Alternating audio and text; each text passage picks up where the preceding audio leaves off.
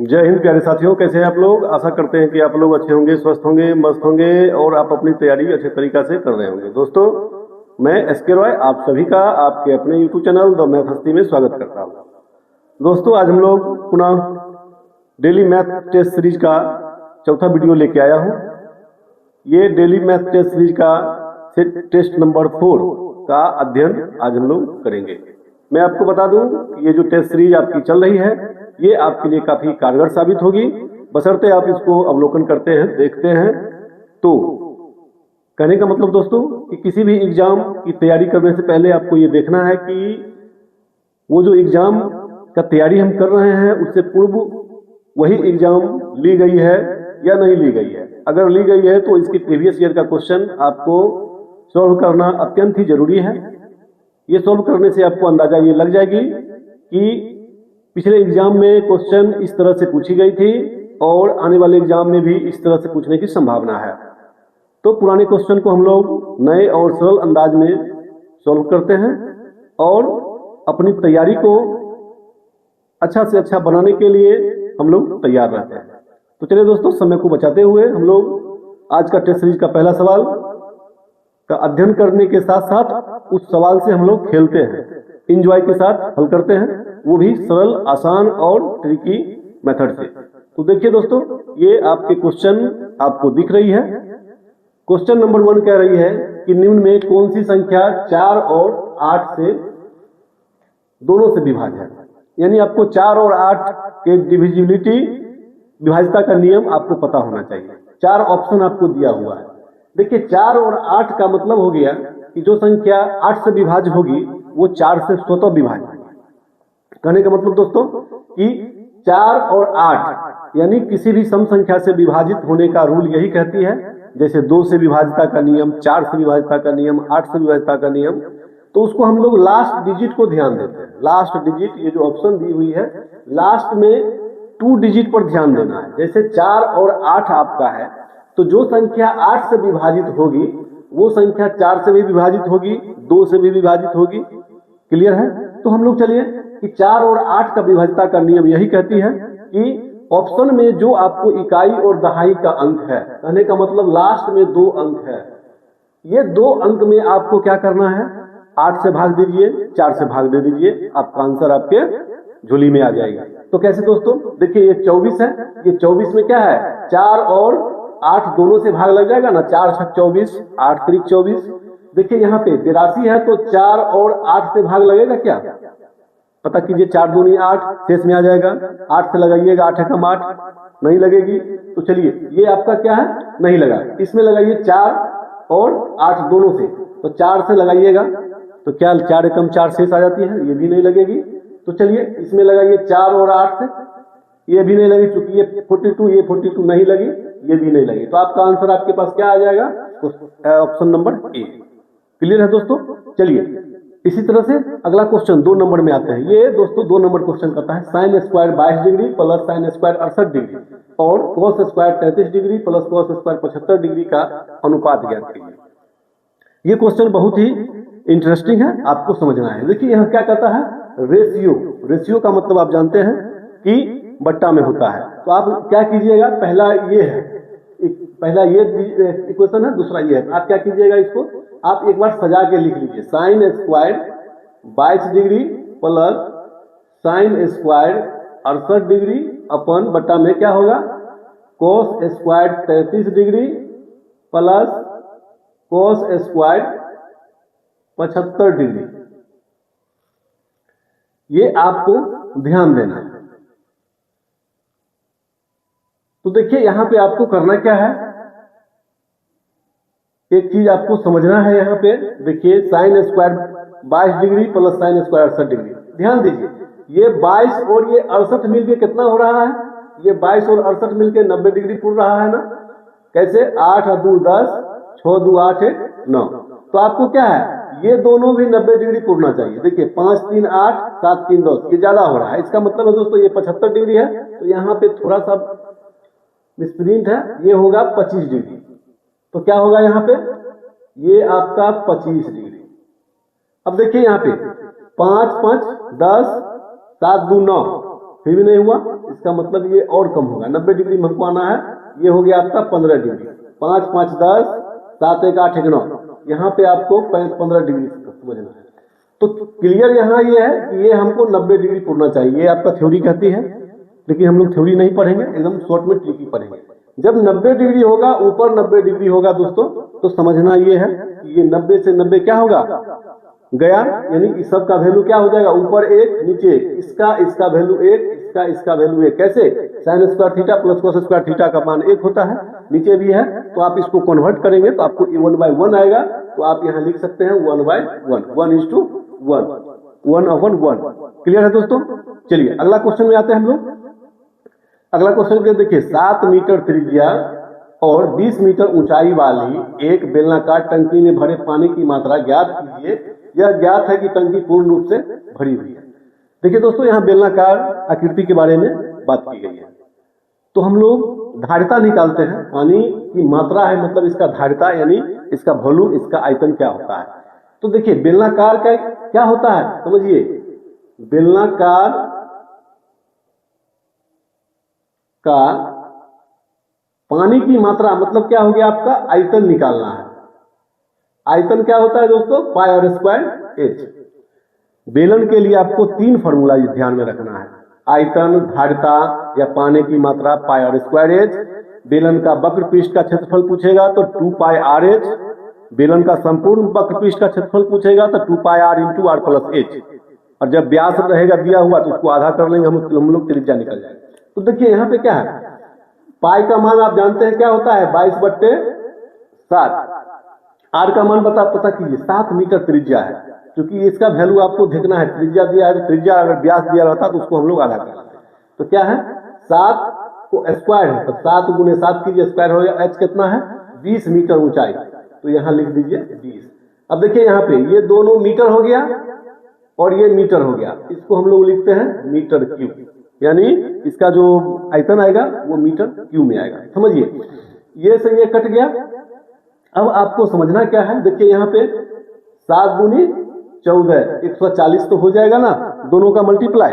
अब यहाँ पे आप काटिए, क्या होगा देखिए, अंतिम में 0 है तो 0 वाला ऑप्शन देखना है क्या वो है इसमें। अगर 1 रहता तो हम लोग मार देते, लेकिन यहाँ पे 3 ऑप्शन है, चलिए गुना करना पड़ेगा।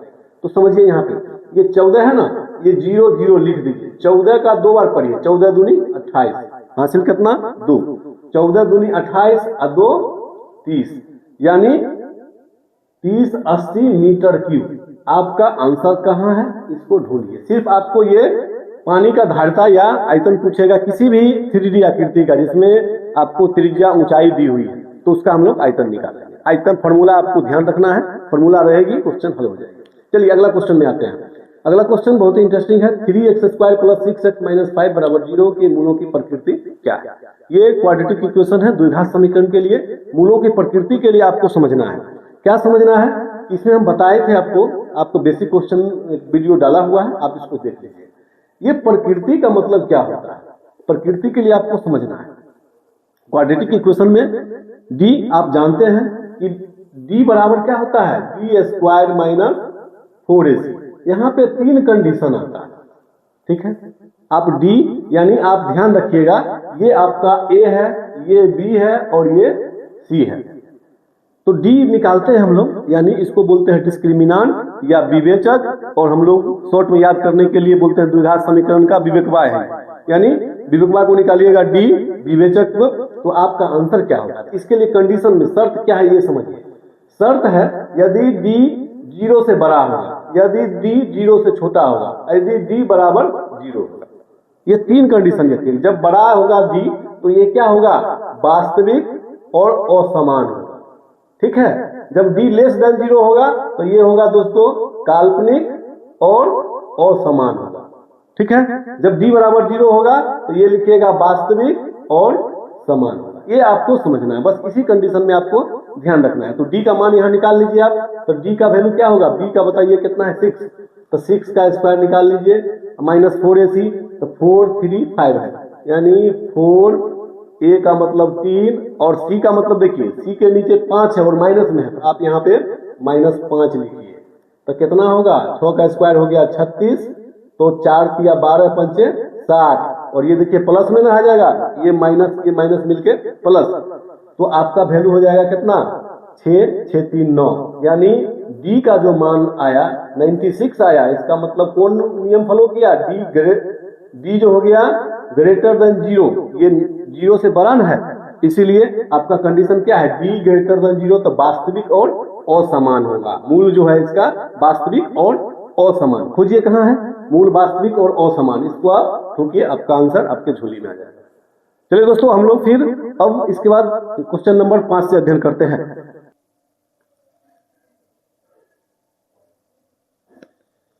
चलिए दोस्तों, हम लोग क्वेश्चन नंबर 5 का सॉल्यूशन करते हैं, वो भी नए और सरल अंदाज में, ट्रिकी मेथड से। देखिए कह रहा है कि 5 पुरुष और 6 महिलाएं एक कार्य को 6 दिन में कर सकते हैं, जबकि 3 पुरुष और 5 महिलाएं उसी कार्य को 9 दिन में कर सकते हैं, तो 3 पुरुष और 2 महिलाएं उसी कार्य को कितने दिन में कर सकते हैं। ये आपको वर्क एंड टाइम का है, काम समय का क्वेश्चन है, आपको समझना है। इसका भी थ्योरी वीडियो जल्द ही अपलोड होने वाली है, बेसिक। देखिए तो फिर समझिए आप, पुरुष को हम लोग मेल बोलते हैं और महिलाओं को फीमेल बोलते हैं। आपको समझना क्या है, ये देखिए कह रहा है कि 5 मेल मिलकर है प्लस करना है 6 फीमेल एक कार्य कितने दिन में करती है, 6 दिन में कर सकती है। क्लियर है। तो दोस्तों इस पता है कि इसका बेसिक जब लोड होगी तो इसमें एक MDH मसाला का फॉर्मूला आता है, ठीक है। MDH मसाला में आपको समझना क्या है कि जितना भी उसका कैपेसिटी रहता है हम लोग उसको मल्टीप्लाई करते हैं, काम को हमेशा भाग देते हैं काम से। चलिए इसको देखिए, 5 मेल प्लस 6 8 है, और कितना दिन में कर सकती है, तो 6 दिन में कर सकती है, तो इसको हम लोग 6 लिखते हैं, ठीक है। अब देखिए आगे क्या कहता है, इक्वल करना है, जबकि 3 पुरुष और 5 महिलाएं उसी कार्य को 9 दिन में करती है। 3 पुरुष यानी 3 मेल प्लस 9 महिलाएं फीमेल उस कार्य को कितने दिन में करती है, उस कार्य को 9 दिन में करती है। 3 पुरुष और 5 महिलाएं हैं, आपको 5 महिलाएं 9 दिन में करती है, ठीक है। अब क्या कहता है, 3 पुरुष और 2 महिलाएं उसी कार्य कितने दिन में कर सकती है, यानी 2 पुरुष और 3 महिलाएं उसी कार्य को कितने दिन में कर सकती है, यानी x दिन में। तो हम लोग x यहाँ मान लेते हैं, x दिन में। आपको ये समझना है, बस इसी को MDH मसाला हम लोग बोलते हैं। MDH मसाला पे तुरंत इसका सोल्यूशन कैसे होगा दोस्तों, समझिए। 6 से मल्टीप्लाई करिएगा तो 6 पंचे कितना 30m प्लस 6 को 5 से मल्टीप्लाई कीजिए, 6 को 6 से तो 36 फीमेल, 9 या 27 मेल प्लस 9 बचे 45 फीमेल। तो मेल और फीमेल का रिलेशन यहाँ निकाल लेते हैं। क्या होगा, 27 मेल को इधर लाइएगा, 27 मेल को इधर लाइए, माइनस कीजिए, 36 फीमेल को इधर लाइए, माइनस कीजिए, कितना होगा बताइए। ये हो जाएगा 30 में 27 है, 3 मेल, और ये हो जाएगा दोस्तों कितना 9 फीमेल, यानी ये दोनों क्या है, इक्वल है। तो यानी एक मेल से काटिए, 3 तिया 9, तो आपका एक मेल का वैल्यू हो गया 3 फीमेल। ये आपको समझना है, यानी एक पुरुष जितना काम करेगा उस काम को यदि महिला से कराया जाएगा तो 3 महिला मिलकर के करेंगे। क्लियर है। तो चलिए अब हम लोग पुनः MDH में चलिए। तो आपको समझना क्या है, इसका वैल्यू समझिए, 2 मेल प्लस 3 फीमेल, तो 2 मेल, एक मेल में 3 फीमेल, तो फीमेल में इसको कन्वर्ट कीजिए, तो 2 इंटू 3 फीमेल प्लस 3 फीमेल, तो कितना हुआ 3 दूनी 6।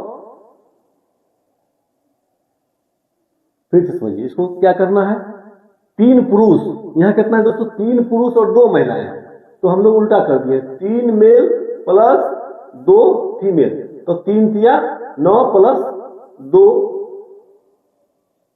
यानी 9 और 2 कितना 11 फीमेल का कैपेसिटी हम लोग निकालना है, ठीक है। x दिन में करेगी। तो हमको इसको भी कन्वर्ट कीजिए, 5 मेल प्लस 6 फीमेल है ना, तो चूंकि यहाँ पे लिख दीजिए आप, चूंकि 5 मेल प्लस 6 फीमेल कितना दिन में करती है, कितना दिन में है 6 दिन में, 6 दिन यहाँ लिख दिए हम लोग।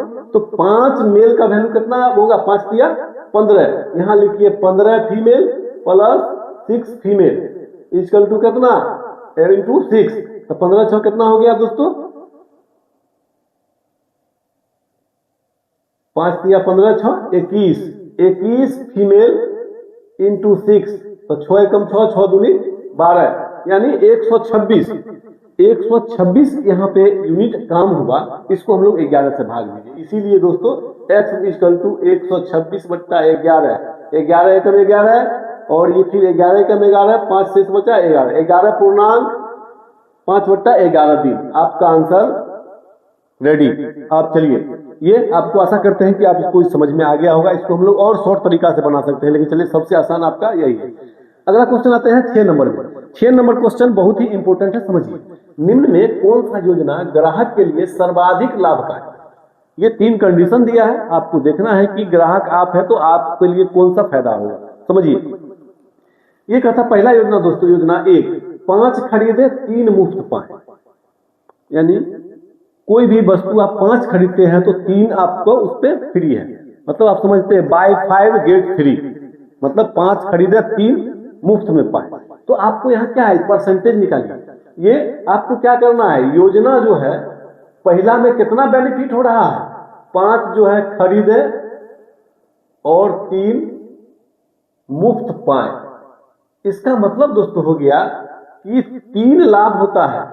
लाभ जो प्रॉफिट जो हुआ 3 लाभ हुआ, तो 5 और 3 कितना, समझिए यहाँ पे 3 वस्तु का लाभ हुआ, 5 5 3 8 तो गुने 100, तो क्या हो जाएगा यहाँ पे निकालिए, 300 बट्टे 8 तो कितना, 8 त्रिक 24, 8 त्रिक 24, 6 60, 8 सते 56, यानी 4 बट्टे 8 ना, 4 बट्टे 8 इसको आप काट सकते हैं, यानी 37.1/2% का प्रॉफिट हुआ पहला योजना में आपको, ग्राहक को।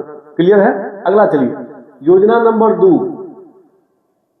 योजना नंबर 2 क्या कह रहा है, समझिए। कहता है 5 खरीदे 6 पाए। इसका क्या मतलब हुआ, आपको सीपी हो गया 5 और एसपी कितना है,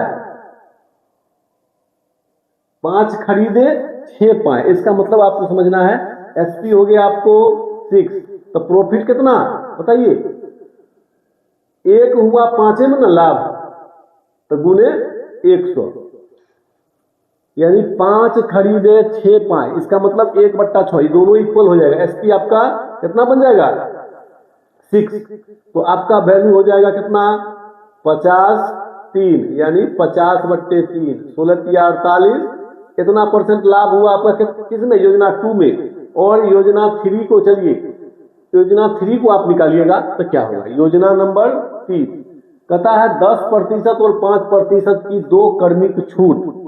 तो आपको यहां समझना है, तो कर्मिक छूट का मतलब हो गया, आपको बताए हैं समतुल्य बट्टा छूट में बताए हुए हैं, आपको समझिए।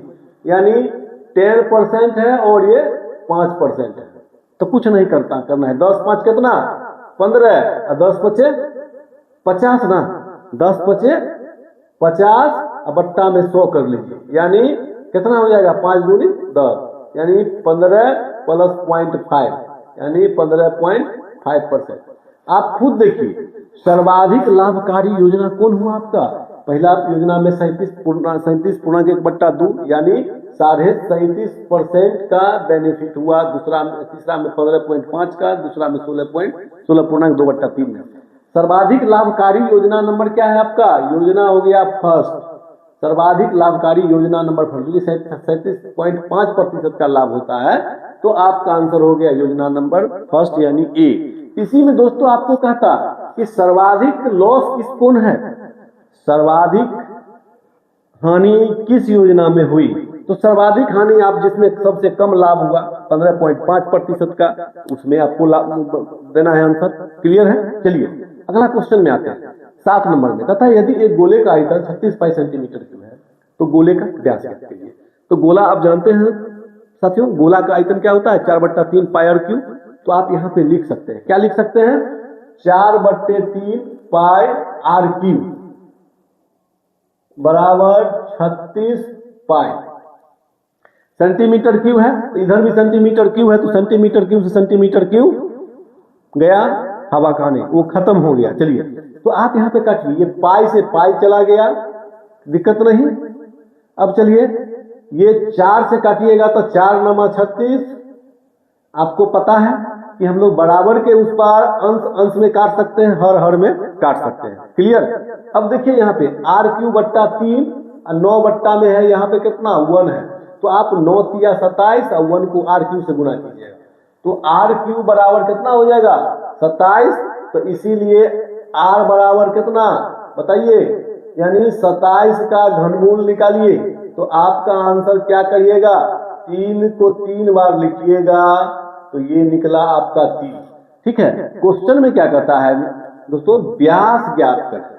तो त्रिज्या जब निकला 3 सेंटीमीटर, तो इसका व्यास कितना होगा, तो व्यास आप निकाल लीजिए, b का वैल्यू हो गया 3 गुने 2 यानी दुगुना हम लोग कर लेते हैं, आपका आंसर हो गया कितना 6 सेंटीमीटर। क्लियर है। चलिए अगला क्वेश्चन में हम लोग आते हैं। अगला क्वेश्चन के लिए आइए, कहता है 3x² माइनस 13x प्लस 6 बराबर 0 के मूलों का गुणनफल। देखिए दोस्तों, मूलों का गुणनफल ये दोनों समझना है। मूलों का गुणनफल जो हो गया, ये गुणनफल का मतलब समझिएगा, गुणनफल जो होता है c बट्टा a, तीसरा बट्टा पहला, मूलों का गुणनफल c बट्टा a, और इसी में आपको कहता योगफल। योगफल का मतलब हम क्या कर रहे हैं, दूसरा बट्टा पहला, दूसरा माइनस में लेना है, b by a c by a, फंसना नहीं। c बाय a यानी चाइना बाय अमेरिका, आपका गुणनफल हो गया।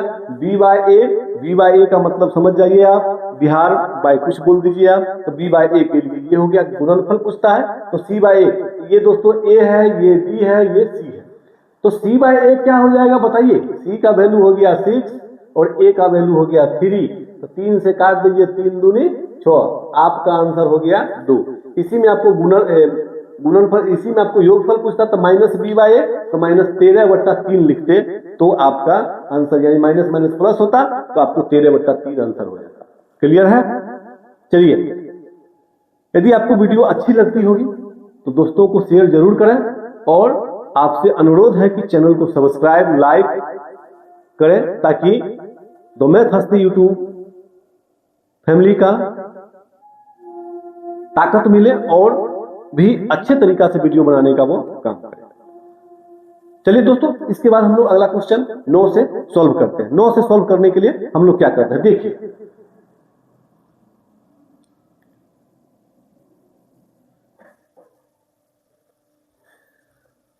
दोस्तों, आज चलिए हम लोग शुरू करते हैं क्वेश्चन नंबर 9 का सॉल्यूशन। 9 का सॉल्यूशन में देखिए क्या कहता है, 0.424 पर रेकरिंग को p बाई क्यू के रूप में व्यक्त कीजिए, जहां p और q पूर्णांक है और q नॉट इक्वल टू 0 है।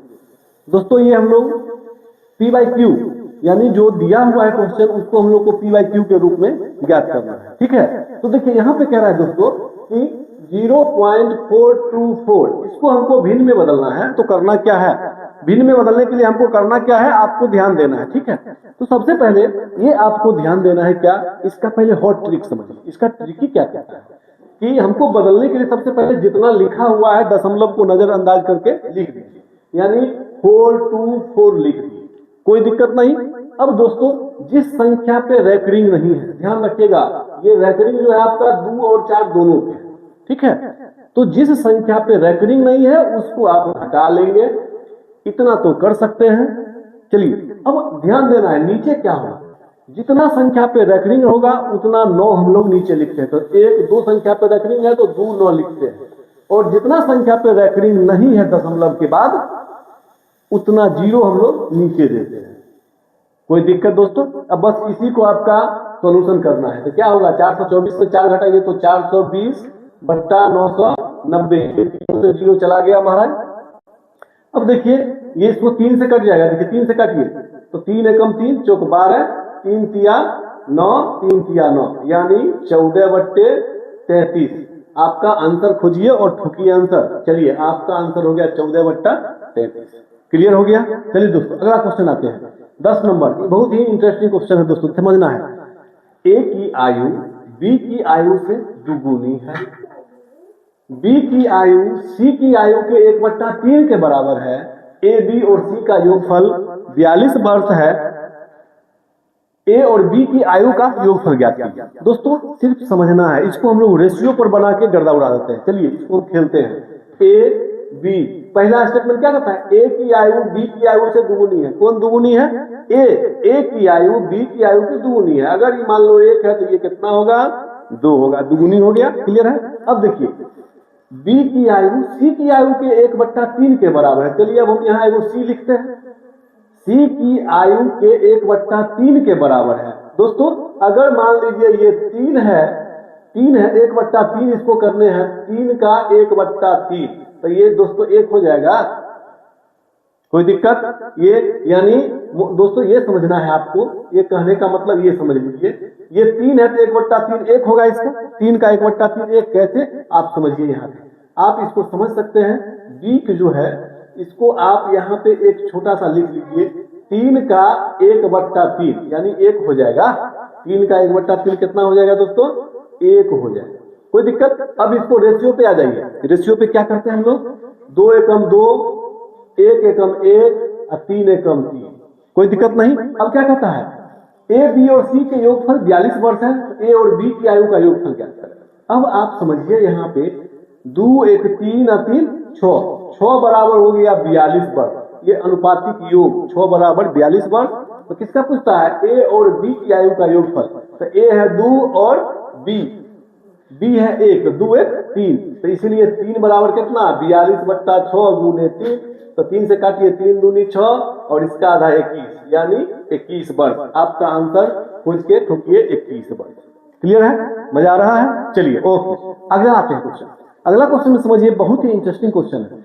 36 संख्याओं का माध्य 42 पाया गया, बाद में पता चला कि एक संख्या 47 को चूक बस 41 पढ़ा गया था, तो दी गई संख्याओं का सही मान ज्ञात करें। तो ध्यान देना है दोस्तों, इसको समझने के लिए आपको करना क्या है कि सबसे पहले ये ध्यान देना है, क्या ध्यान देना है। अब देखिए 36 संख्याओं का माध्य 42 पाया गया, तो सबसे पहले क्या है, 36 जो नंबर था उसका माध्य कितना था, उसका मीन पाया गया कितना 42। इसमें कोई दिक्कत नहीं है, समझना है। समझने के लिए हमको करना क्या है कि अगला क्वेश्चन है कि ध्यान देना, 36 संख्याओं का माध्य जो है 42 पाया गया है, 42 पाया गया है। अब क्या कहता है, पता चला कि एक संख्या 47 को चूक बस 41 पढ़ा गया था, तो इसका मतलब करेक्ट था 47, जबकि रीड क्या कर गया, रॉन्ग, उसको हम लोग कर लिए कितना दोस्तों 41। कोई दिक्कत है नहीं है ना। तो पूछता है दी गई संख्या का सही माध्य क्या है। तो सही माध्य के लिए हम लोग करते क्या है समझिए, तो इसको हम लोग ध्यान से देखना है। ध्यान से देखने के लिए क्या करना है आपको समझना है। देखिए ये कह रहा है कि 47 करेक्ट था, जब वो क्या था रॉन्ग कितना कर दिया, ये रॉन्ग लिख दिया, रॉन्ग लिख दिया ये 41। तो कितना करेक्ट और होना चाहिए, तो करेक्ट आपको होना चाहिए, इसको घटा लीजिए, यानी 6 करेक्ट होना चाहिए, 6 करेक्ट होना चाहिए, यानी 6 और उसमें 6 का माध्य जुड़ना चाहिए। तो इसका करेक्ट का माध्य क्या हुआ, करेक्ट का माध्य तो 6 और कितना था 36 ना, तो ये 6/36 यानी 1 कितना 6, तो 1/6 में आप भाग दीजिएगा, कितना हो जाएगा दोस्तों, भाग दीजिए। तो 6 एकम 6, 4 तो 40, 6 1 36, फिर 6 1 36, तो चलिए 6 1 36, चलिए 6 7, यानी इतना और प्लस होना चाहिए 42 में। तो इसीलिए आप लिख दीजिए 42 प्लस यानी दशमलव, इसको भाग दिए 6 दशमलव में पहले 0.6 एकम 6, 6 1 36, 6 1 36, यानी 1 7 लगभग आप लिख सकते हैं, यानी 0.17 यानी 42.17। तो 42.17 आपका डी में है, आपका आंसर आ गया।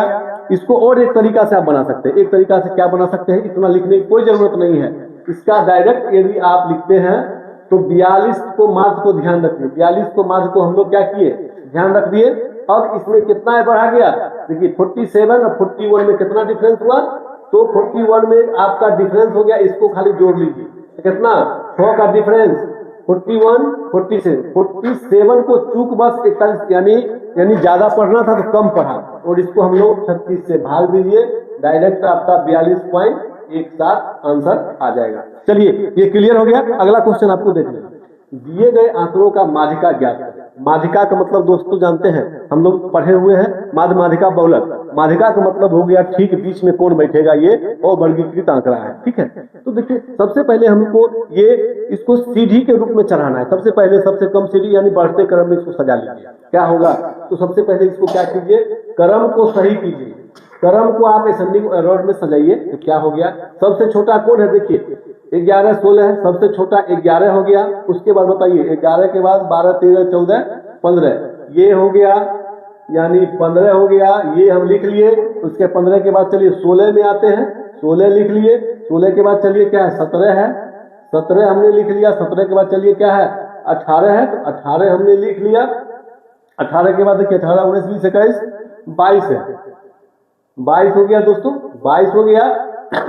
उसके बाद चलिए 22 के बाद 33 71 75, चलिए 33 71 75, यानी आपको यहां पे समझना है 33 71 75।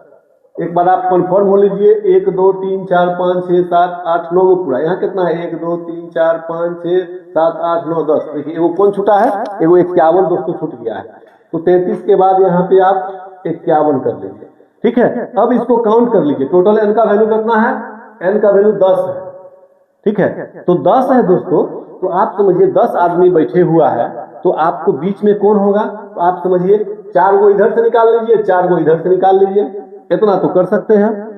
बीच वाला का मान आपको निकालना है। ये दोनों को जोड़ कर लीजिए। ये दोनों का कितना, 18 22 को जोड़ लीजिए, 8 2 10 2 1 3 1 4, अब भागा कर लीजिए 2। आपका आंसर आपके पास झोली में आ गया 20। क्लियर है। चलिए आशा करते हैं कि आपको बहुत अच्छा लग रहा है। अब क्वेश्चन नंबर हम लोग 13 से अध्ययन करते हैं।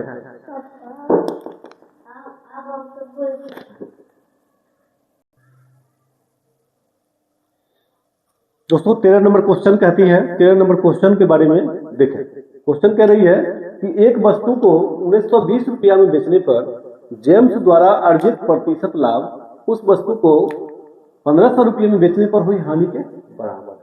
कहने का मतलब दोस्तों, जितना लाभ हुआ था उतना ही हानि हुई है और विक्रय मूल्य अलग अलग। ठीक है, यदि वह 10% लाभ अर्जित करना चाहता है तो उस वस्तु को किस विक्रय मूल्य पर बेचना चाहिए। देखिए कंडीशन समझिए आप कि SP1 SP2, SP1 कितना है 1920 रुपया और SP2 कितना है दोस्तों 1500 रुपया है। और प्रॉफिट बराबर लॉस है, प्रॉफिट बराबर लॉस है। तो सबसे पहले देखिए, जब इस टाइप का क्वेश्चन आएगा, इसका बेसिक वीडियो अपलोड की हुई है, आप उसको देख करके थोड़ी समझ लेंगे। तो हम लोग जब दो एसपी दिया रहेगा, दो विक्रय मूल्य रहेगा, तो डायरेक्ट हम सीपी निकालेंगे। कैसे, यानी क्रय मूल्य निकालेंगे। प्रॉफिट और लॉस जब बराबर है तो सीपी का वैल्यू होता है दोस्तों, सीपी का वैल्यू होता है योग बट्टा में 2 कर लीजिए, जोड़ करके 2 से भाग दे दीजिए। मतलब SP1 प्लस SP2 ये दोनों को जोड़ देना है। कितना हो जाएगा बताइए कि 1920 प्लस 1500, तो बताइए कितना होगा दोस्तों, ये 0 2 9 5 14 1 1 2 1 3 3420 रुपये, 3420 रुपया इसका सीपी हुआ। सीपी नहीं, इतना डिवाइडेड बाय 2, इतना बट्टा 2, क्योंकि 2 विक्रय मूल्य है तो क्रय मूल्य एक ही होगा। तो 2 एकम 2 2 7 14 और 2 एकम 2 1710 रुपया इसका क्या हुआ दोस्तों, सीपी हुआ। और इस पर प्रॉफिट कितना ले रहा है हमको, देखिए 10% का प्रॉफिट लेना है, तो 10% प्रॉफिट लेना है। तो एसपी बताइए, जब विक्रय मूल्य निकालेंगे दोस्तों तो हमको सामान कहां से देगा दुकानदार, रैक पर से उतार के। तो प्रतिशत जो है हमेशा अंश में जोड़ना घटाना है। क्या होगा 1710 110 बट्टा में 100, ये 2 जीरो से कट गया। 11 एकम 11 11 सत्ते 77 1 78 11 एकम 11 7 18, यानी 1881 रुपया। आप देखिए आंसर ठोकिए, आगे बढ़िए। ठीक है, इसको हम लोग डायरेक्ट ट्रिकी बना सकते हैं। ट्रिकी कैसे बनाएंगे समझिए, यहाँ पे डायरेक्ट सीपी डायरेक्ट निकाल लेंगे। देखेंगे क्रय मूल्य विक्रय मूल्य बराबर है तो आप डायरेक्ट निकालिए 1920 और कितना 1500, तो 1900 और 1500 कितना हो गया दोस्तों एक 2000 और 3400, 3420 बट्टे 2 तो 1710 हो गया।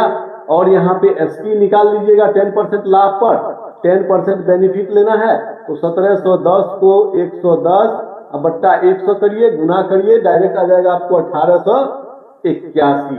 यानी आप ऐसे भी लिख सकते हैं, इसको अगर ऐसे नहीं बनाना है तो आप लिख सकते हैं कि प्रॉफिट कितना हो गया दोस्तों, 10% है तो 1710 का 10% कितना हो जाएगा, इसलिए निकालिए प्रॉफिट हो गया 1710 का 10%, यानी 171। तो 171 इसमें जोड़िए, 1 7 1 8 7 1 8, आपका आंसर आ गया 1881। आप इस तरह से भी बना सकते हैं। ठीक है, अगला क्वेश्चन में आइए। अगला क्वेश्चन 14 नंबर में कह रहा है 6124.8 गुने 625.5 गुने 0.0043 का मान निम्न में किसके बराबर है। तो एक चीज आपको ध्यान देना है, देखिए सारा डिजिट वही है जितना क्वेश्चन में दिया है, आंसर में भी वही है, लेकिन दशमलव का हेरफेर है। तो दोस्तों इसमें दशमलव कितना है, कि दशमलव बताइए कितना है। दशमलव जो है दोस्तों, दशमलव कितना स्थान का है, देखिए यहाँ पे एक स्थान, एक अंक, 2 अंक, इधर 4 अंक, तो 6 अंक के तक है दशमलव मल्टीप्लाई में। तो क्वेश्चन में देखिए 6 अंक दशमलव किसमें है, आप समझ में आ जाएगा। 4 अंक, 2 6 अंक, 3 9 अंक है, ये आपका आंसर गया। 3 अंक और 3 अंक, ये दोस्तों 6 अंक है। अब देखिए इधर भी 2 अंक, 3 अंक, 2 5 अंक, यहाँ देखिए 4 अंक, नहीं ये आपका 6 अंक है ना। इसमें ध्यान दीजिए, डायरेक्ट ऑप्शन से मार देना है, आपका आंसर हो गया। ये सब गलत, बेसिक कुछ नहीं दिमाग लगाना है। टच एंड रन मेथड मतलब क्या, कनेक्ट छूना है और आंसर निकालना है। चलिए अगला क्वेश्चन आते हैं। एक पाठ्य पुस्तक में कुल 892 पृष्ठ है, इसे 2 भागों में बांटा गया है। ठीक है, पुस्तक के दूसरे भाग में पहले भाग की तुलना में 52 पृष्ठ कम है, तो पुस्तक के दूसरे भाग में कितने पृष्ठ है। तो देखिए दोस्तों, ये भाग समझिए, भाग हो गया 1 और भाग हो गया 2। एकदम इजी तरीका से आपको बता देते हैं, कुछ नहीं करना है। देखिए आपको ध्यान देना है, टोटल पृष्ठ कितना है 892, लिख लेना है। अब कहता है पुस्तक के दूसरे भाग में पहले भाग की तुलना में 52 पृष्ठ कम है।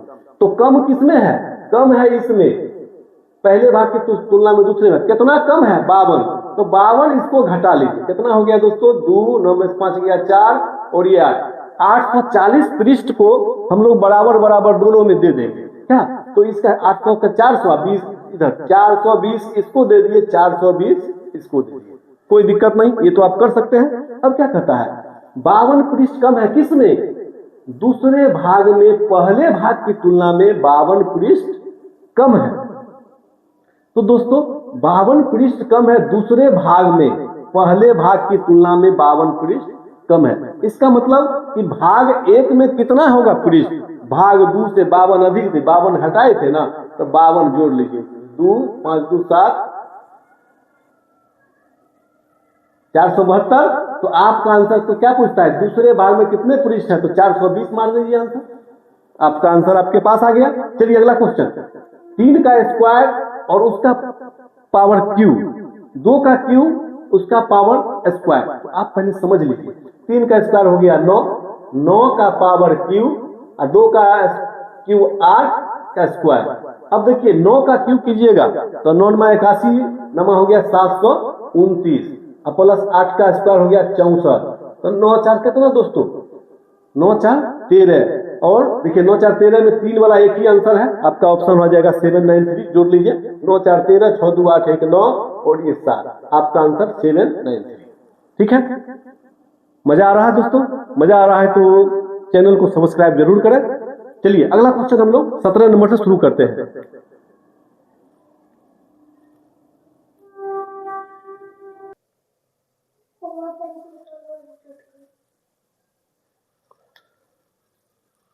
चलिए दोस्तों क्वेश्चन नंबर 17 का सॉल्व करते हैं, 17 भी नए अंदाज में करते हैं। चलिए क्वेश्चन के साथ हम लोग खेलते हैं। क्या कहता है, जब 2 तिर्यक रेखा 3 समांतर रेखाओं को प्रतिच्छेदित करती है और पहली तिर्यक रेखा द्वारा निर्मित अंतःखंडों का अनुपात 3:4 है, तो दूसरी तिर्यक रेखा द्वारा निर्मित अंतःखंडों का अनुपात क्या होगा।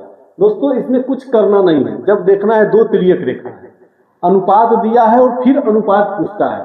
ये अनुपात दिया है और फिर आपको क्या पूछता है, अनुपात ही पूछता है। और तिर्यक रेखा, पहला तिर्यक रेखा का दिया था, दूसरा का पूछ रहा है, तो इसमें नो चेंज होता है। क्या होता है दोस्तों, नो चेंज। तो 3:4 है तो 3:4 ही आपका आंसर आएगा। क्लियर है, आप इसका कंडीशन आप समझ लेंगे। 3 तिर्यक रेखा है और इसको काटता है तो अंतःखंडों का अनुपात, इसके बारे में वीडियो अपलोड करेंगे, आप उसको देख लेंगे। चलिए अगला क्वेश्चन कहता है, पिछले वर्ष रंजन का मासिक वेतन 34,500 है, 34,500 है था, और इस वर्ष उसका मासिक वेतन 38,640 है। पिछले वर्ष की मासिक वेतन की तुलना में इस वर्ष रंजन के मासिक वेतन में कितने प्रतिशत की वृद्धि हुई है। तो देखिए दोस्तों कि ओल्ड कितना था, पिछले वर्ष में ओल्ड कितना था, रंजन का मासिक वेतन 34,500। न्यू कितना है दोस्तों, एक साल के बाद, एक साल के बाद कितना है, एक साल के बाद कितना है, ये आपको देखना है।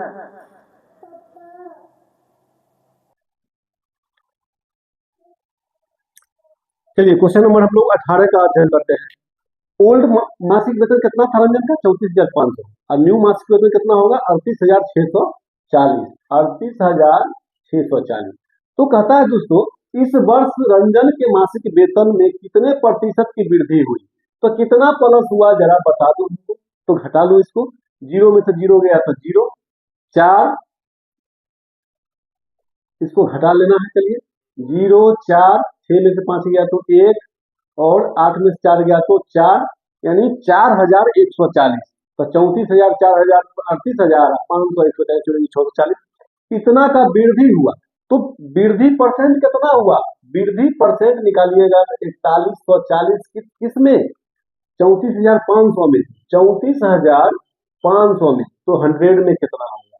यानी आप प्रतिशत लाप्ला पे फॉर्मूला पे बना सकते हैं। ये 2 जीरो से 2 जीरो गया, जीरो है नीचे 5 है दोस्तों, कटेगा क्या, समझिए यहाँ पे। अगर हम इसको 5 से पहले काट लीजिए छोटा, 5 छक 30 और 4 45, 5 नमा 45, इधर काटिए 5 अठे 40, 1 तो 14, 5 दूनी 10, 4 14, 5 अठे 40। अब देखिए 69 है, ये 828 है। तो बताइए कि इसमें आपको कितना आ जाएगा आंसर, आप इसको अवलोकन कीजिए। क्या होगा, 828 में भाग दीजिए आप 69 से, 3 से उसे कट जा, 8 2 10, 8 18, 3 से कट जाएगा। चलिए तो भाग काहे दीजिएगा, काटिए इसको, 3 दूनी 6, तो 2 22, 3 7 21, 3 6 18, 3 दूनी 6, 3 3 9, कट गया। अब चलिए, अब ये 23 से कटेगा 276, कटेगा। देखिए 3 को कितना से गुणा कीजिएगा तो 6 आएगा, आप ध्यान दीजिए। तो आपको यहाँ पे ध्यान देना है। देखिए 12 है ना, तो 12 तिया 36 के 6, 12 दूनी 24, 3, ये 12 बार में इसको काट देगा, तो आपका आंसर हो गया 12%। आपको बस सिर्फ सॉल्यूशन फास्ट करना है, कितना जल्दी आप करेंगे उतना जल्दी आपका आंसर आ जाएगा। चलिए अगला क्वेश्चन, यदि संख्या 3413527 के प्रत्येक विषम अंक में 2 जोड़ा जाता है और प्रत्येक सम अंक से 1 घटाया जाता है, तो बाएं से तीसरे और दाएं से तीसरे अंकों का योगफल क्या होगा। देखिए दोस्तों, ये रीजनिंग में भी पूछता है और गणित में भी पूछता है, ये 2 in 1 क्वेश्चन है। समझिए यहाँ पहले शर्त क्या है, ऑड नंबर में क्या करना है, 2 जोड़ना है, और इवन नंबर में क्या करना है, घटाना है ना। तो आप यहाँ पे कंडीशन लिख लीजिएगा, ऑड नंबर में क्या है, ऑड नंबर में क्या है, आपको 2 जोड़ना है, यानी सीधे चाहिए +2, और इवन में क्या है दोस्तों, इवन में -1 करना है। सबसे संख्या लिख लीजिए, 3 4 1 3 5 2 7 8। तो जितना ऑड है सब में 2 जोड़िए, क्या होगा, ये में 2 जोड़िए तो 5, ये कितना 3, ये कितना 5, ये कितना 5 अदू 7, ये कितना 9। चलिए ऑड का कहानी खत्म। अब चलिए इवन नंबर में 1 घटाना है, तो इसमें सब में क्या किए, 2 जोड़े, इवन में क्या करना है, 1 घटाना है। चलिए 3, इवन 1 यहाँ है, 1 घटाइए 1, और यहाँ घटाइए 7। अब आपका कंडीशन फुलफिल हो गया सर। क्वेश्चन पूछता है क्या, बाएं से तीसरे और दाएं से तीसरे अंकों का योग क्या होगा। अब देखिए दोस्तों, लेफ्ट राइट समझना है। लेफ्ट राइट का मतलब क्या होगा कि मेरा बायां हाथ यहाँ से शुरू होगा तो इधर बायां चलेंगे और इधर से हम लोग आएंगे तो दाहिना हो जाएंगे। ठीक है, कोई दिक्कत नहीं। हमेशा आपको ध्यान देना है कि जिधर दाहिना हाथ है वो दाहिना होगा, बायां हाथ जिधर है वो बायां होगा। क्लियर है। तो आप दाहिना हाथ इधर आइए, ये हो गया आपको दायां इधर से, और इधर से हो गया बायां। ये आपको अंग्रेजी वर्णमाला के रीजनिंग चैप्टर में भी हम बताए हैं, इसके बारे में आप देख सकते हैं वहां जाके। तो क्या कहता है, दाएं से तीसरे, तो दाएं से तीसरे आपका आंसर क्या हो जाएगा, दाएं से तीसरे हो गया क्या, दाएं से तीसरे 1, और बाएं से तीसरे हो गया 3। तो क्या पूछता है, योग, तो 3 प्लस 1 मिलके क्या देगा, 4। आपका आंसर आपके झोला में 4 आएगा। क्लियर है। चलिए अगला क्वेश्चन में आते हैं। अगला क्वेश्चन कहता है, साधारण ब्याज पर निवेशित एक निश्चित धनराशि 2 वर्ष में 1250 रुपये, 5 वर्षों में 2000 रुपये हो जाती है, तो ब्याज की वार्षिक दर है। तो समझिए दोस्तों, बहुत ही अच्छा क्वेश्चन है ये। 2 वर्ष में कितना हुआ, 1250। इस 1250 रुपया में क्या है, मूलधन और ब्याज दोनों जुड़ा हुआ है, क्योंकि धनराशि इतना हो जाती है। ठीक है, ब्याज और मूलधन दोनों है। 5 वर्ष में कितना होता है, तो ऊपर में लिखिए 5 वर्ष, ताकि घटाने में आपको सुविधा होगा। 5 वर्ष में हो गया 2000। अब देखिए यहाँ पे घटाइएगा क्या होगा, 3 वर्ष, और ये घटाइएगा तो कितना, 0, 10 में से 5 गया 5, 9 में से 2 गया 7। 3 वर्ष में हुआ 750, तो 1 वर्ष में कितना, 1 वर्ष में निकालिए तो 3 एकम 3 पचे 15, 150 रुपया होगा। 3 दूनी 6 ना, 3 दूनी 6। अब तो ये 3 दूनी 6, तो 3 पचे 15, यानी 250 रुपया। 1 साल का हुआ 250 रुपया। तो 2 वर्ष का यहाँ दोनों चीज दिया हुआ है, मूलधन प्लस ब्याज। तो 2 वर्ष में क्या है, देखिए 2 वर्ष में ए प्लस अमाउंट का वैल्यू दिया हुआ है, ए बराबर क्या, पी प्लस एस आई। तो यहाँ इसका वैल्यू कितना है, 1250। तो इसको आपको समझना है। तो 2 वर्ष में कितना होगा, 2 वर्ष में 250 गुणे 2 यानी 500। ठीक है। तो अब यहां से देखिए, यहाँ आप क्या करेंगे, 1250 में ये 500 घटा देंगे, तो पी का मान कितना निकल जाएगा, 1250 में 500 घटाइए तो 7 5 1200, 750 हो जाएगा ना। आर का वैल्यू हो गया कितना, वाट, टाइम है कितना, 2 वर्ष। ठीक है। तो अब देखिए 500 ब्याज हुआ 750 रुपया का, तो कितना परसेंट होगा, आप निकालिए, कितना कैसे निकालिएगा। तो पी आर टी हो गया यहाँ पर ना, और क्या पूछता है, ब्याज, एस आई हो गया कितना, 500। तो रेट की वैल्यू क्या होता है, पी आर टी बाई 100 होता है ना। तो आप निकालिए यहाँ पे, तो 100 गुणे कितना, एस आई, तो आर निकालिएगा 500 गुणे एस आई गुणे 100, ब्याज गुणे 100, नीचे में कर लीजिए मूलधन और टाइम, 750 गुणे 2। काटिए इसको, काटिएगा इसको, तो 0 से 0 गया, 2 पंचे 10 हो गया, 5 से काटिए 15 पचे 75। अब इसको काट लीजिए, 5 तिया 15, और ये हो जाएगा 5 एकम 5, यानी 100/3। इसका मतलब हो गया कि 100/3 का वैल्यू 100/3, 3 तिया 9, यानी 33.1/3, यानी 33.33% आपका आंसर आ गया। आपको इसको प्रैक्टिस कर लेना है, और आशा करते हैं कि आपको बहुत ही मजा आया होगा, और आप पुनः इसको जो है बार बार देखें। कहने का मतलब कि अभी जो डेली टेस्ट सीरीज चल रही है वो आपके लिए टॉनिक है, एंटीबायोटिक का काम करेगा। आप उसको बार बार अध्ययन करें, वो बिहार पुलिस हो, बिहार एसएससी हो, बिहार दरोगा हो, या फिर रेलवे का एग्जाम हो, बिहार शिक्षक बहाली का एग्जाम हो, उस सभी में आपका ये एक्यूरेसी देगा। गणित का क्वेश्चन बनाने में आपको बहुत ही मजेदार आएगा जब आपको बनाने आता होगा। ठीक है। तो आशा करते हैं कि आपको ये वीडियो अच्छी लगी होगी। तो कृपया करके अनुरोध है कि वीडियो को लाइक सब्सक्राइब शेयर जरूर करें। इसके लिए आप सभी का बहुत ही कृपा होगी। तो चलिए आज तक आज हम लोग यहीं तक रखते हैं। चलिए, तब तक के लिए जय हिंद, धन्यवाद।